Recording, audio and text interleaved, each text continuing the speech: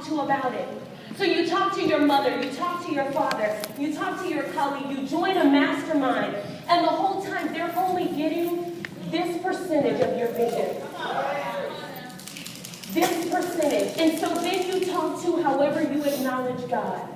I say God, you may say divinity, you may say unity, you may say light, you may say Buddha, you may say Allah. I don't know what you say. But then you talk and then you wonder, do you hear me? Then you look at yourself and you say, do you hear me? And then you look in the mirror and say, can you get it? And then you wonder, and then you pace, and then you sit, and then you take a nap because you just don't know what to do to create your money breakthrough. You know you have an impact. You know it. And yet the invitations keep coming from the local church with a chicken dinner. And you say, how is this it? Mm-hmm. Come on, I don't know what it is for you. It could look like a meetup group that calls you all the time, never has any revenue for you. It could look like everybody calling you for advice, and you know it's bigger than that. But you don't know how to make bigger than that a reality. It could look like you're sitting next to people, and you see them doing something different, or you read a Facebook post and you wonder, how can it happen for them and it's not happening for me? It could be being nominated again and again and again for an award you never get, and you're hurting. Like, when will that acknowledgement come for me? You hear my story and you say, how did she have a negative bank account? And now she has an outreach to over $38 million. She grew her company to $500,000 in less than 18 months. Grew Lisa Nichols' company over 3,000%. How did she get to do that? How did George Fraser come in her space? How did Paula White, Simon Bailey, Susan Taylor, how did those people come in her space when I was just a little black girl from the east side of San Antonio, wondering how I could get to the thing that was bigger than me? You're wondering how you get to the thing that's bigger than you and how you live there all the time. All the time. You don't exit. You don't drive off the ramp. It's a never-ending highway. How do you do it? How do you change your mental zip code? How do you shift from stinking thinking? You ain't got it all the time, but you got it enough that it slows your feet down. And you wonder, how do I pick up speed? How do I accelerate? Come on, I'm just asking the questions that are in your heart right now. I'm just talking about the things you ain't courageous enough to say when you're shaking hands and looking cute and taking selfies and tweeting them. But that's my responsibility because I can see your cup levels. See, I see we got a whole bunch of keggers in here, but you're playing at a juice glass size. And I can see it. And I have a responsibility in this moment to say, I see your keg, and I'm filling you up. See, I got to pour into you because Lisa poured into me. Because Susie said at the table when I was interviewing for Director of Global Sales and said, I know Lisa loves you. And I know what you've done for BlackBerry. And I know what you did for Hoover. And I know what you've done for corporate America. And what I also see is you got a broken conversation around money, girlfriend. And she said, I can't afford for you to make a deal take 6 years that was supposed to take 6 months just because you don't think you're worth it. I can't afford for a 6-month deal to go so long when you could have made it happen in 6 days, or a 6-day opportunity that you could have converted in 6 minutes had you known your power. She said, so I'm sitting here right now saying, as a little white girl that grew up in a trailer park talking to a black girl that grew up on the east side of San Antonio, saying, I pulled my big girl cage up, pull yours up if you want.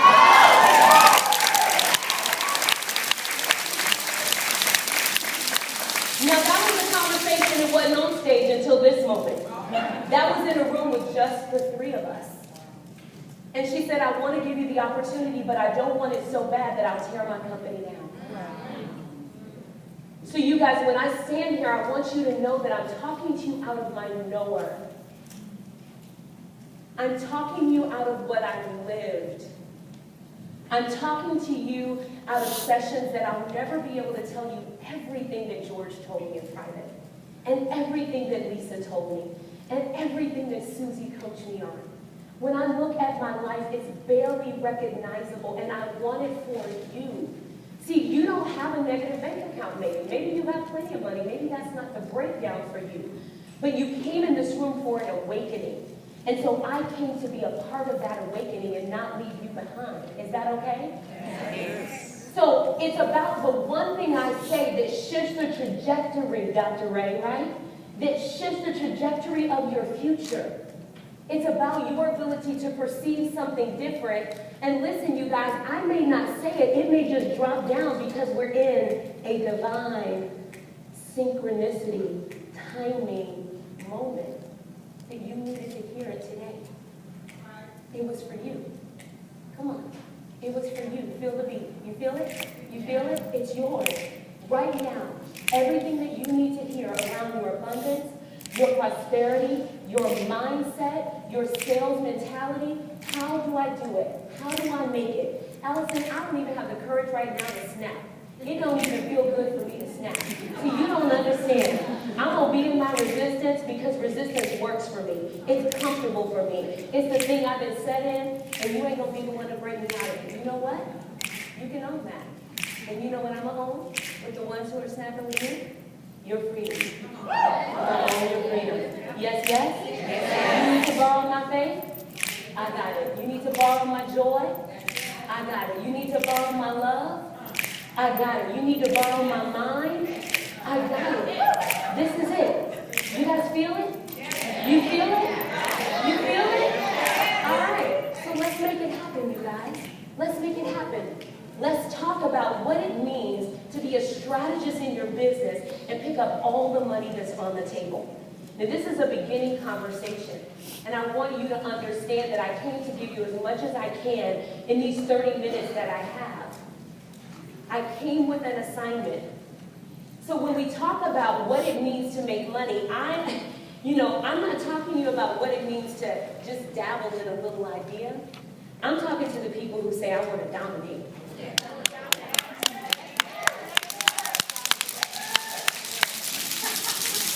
Oh, that's not you. Let me go over here.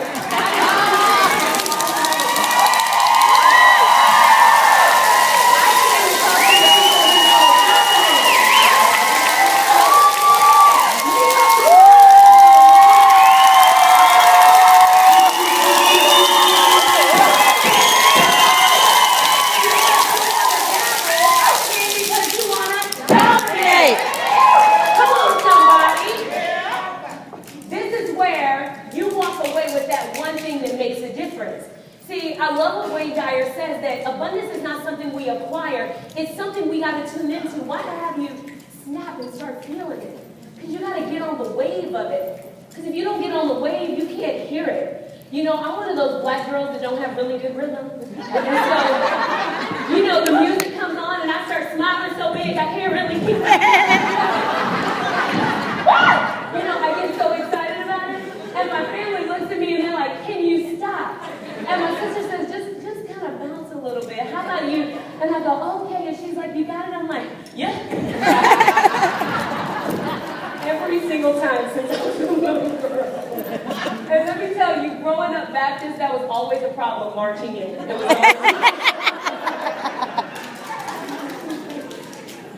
So, I want you tweeting me.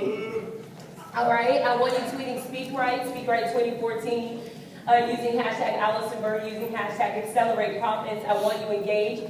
You gonna blow up my Twitter? Yeah. You gonna blow it up? Yeah. Great.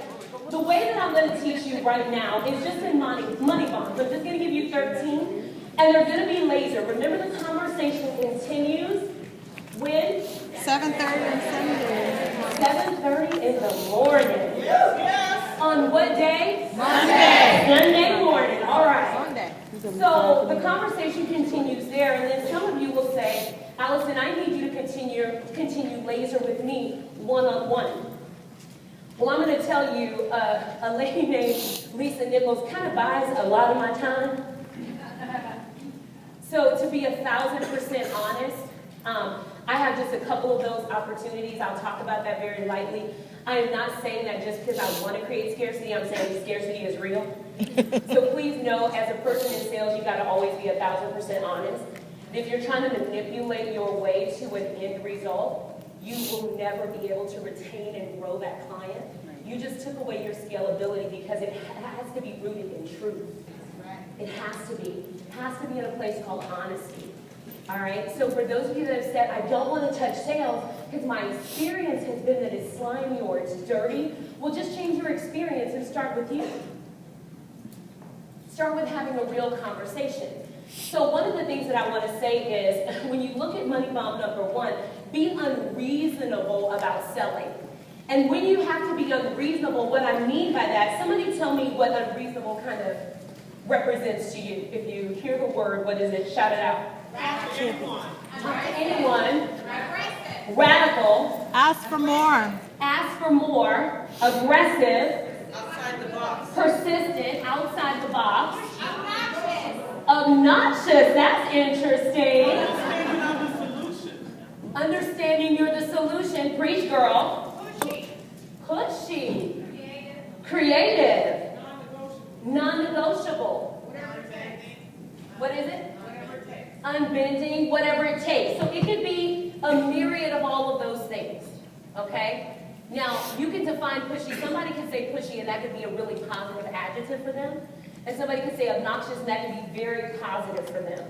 So I'm not going to say those adjectives. If you heard them and you shrank back, well, guess what? That's not yours. That makes sense? All right, so just own what's yours. When I say be unreasonable, a lot of those adjectives describe it, which means every single day of your business has to focus on selling. Every single day. Daniel Pink talks about non-selling selling activities. And so a non-selling selling activity is much like George Fraser talked about, which is calling an existing client and having a conversation and say, you know what, I'm checking in on you. I'm checking in to make sure that you're all right. That anything that I could do for you, I want to be able to duplicate that, or I just want to know what's going on for you. It's about touch. Listen, in this world of convenience, when you can microwave a meal in 60 seconds or less, people just stop being unreasonable. They stop being unreasonable that their marriages could heal. They stop being unreasonable that they could lose 100 pounds. They stop being unreasonable that they could make their business go from $28,000 a year like mine was to $500,000 a year to $750,000 a year. They don't think it's possible. I said to one of the participants today, she said, I just didn't even know that you were a part of this tribe. I've known her since I started in this work. And I said, she said, what was the, I said, you're going to love this event. She said, what was the shift for you? I said, as a result of this event, I went from making less than $2,000 a month to $75,000 a month. She said, I don't believe you. Standing right there in the back of this room. Oh, she's outing herself. So, Darnice, when I first started 6 years ago, I started with a free conference call that anybody could get on. I started with 60 subscribers. Darnice was one of my first guests ever. A year later, we had over 100,000 people subscribe to that call.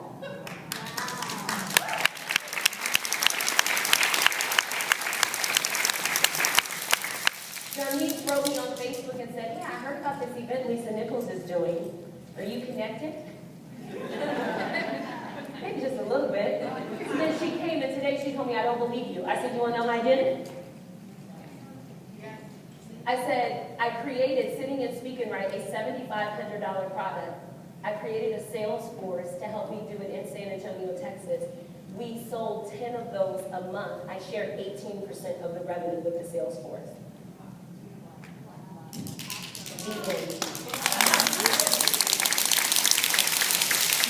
I was unreasonable. I called a girlfriend of mine. I said, I have a business idea. Come meet with me. She owns a staffing company in the city. I said, I have a business idea. Come meet with me.